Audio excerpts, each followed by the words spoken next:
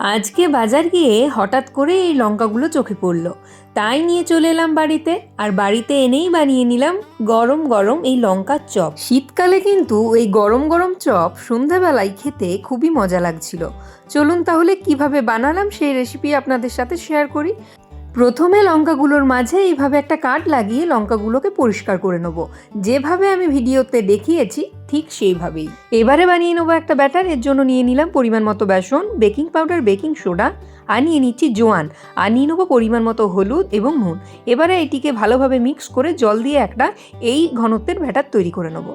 অন্যদিকে গরম তেলের মধ্যে বেটে রাখা আদা এবং কুচনো লঙ্কা দিয়ে ভালোভাবে নেড়ে চেড়ে দিয়ে দেবো পরিমাণ মতো হলুদ, ধনে গুঁড়ো, জিরে গুঁড়ো এবং মিট মশলা। এটিকে ভালোভাবে ভেজে নিয়ে দিয়ে দেবো আগের থেকে সেদ্ধ করে রাখা আলু। এবারে এটিকে ভালোভাবে মিক্স করে পরিমাণ মতো নুন দিয়ে একটু নাড়িয়ে চাড়িয়ে তুলে নিলেই আমাদের আলুর পুর তৈরি। এবারে লঙ্কাগুলোর মাঝে যে আমি কাটটা লাগিয়েছিলাম ঠিক এই জন্যই, মানে যেখানে আমি কাটটা লাগিয়েছি ঠিক এইভাবে আলুর পুরটি আমরা ভালোভাবে ভরে লঙ্কাগুলোর মুখগুলো এইভাবে চেপে দেবো যাতে আলুটি বেরিয়ে না যায়।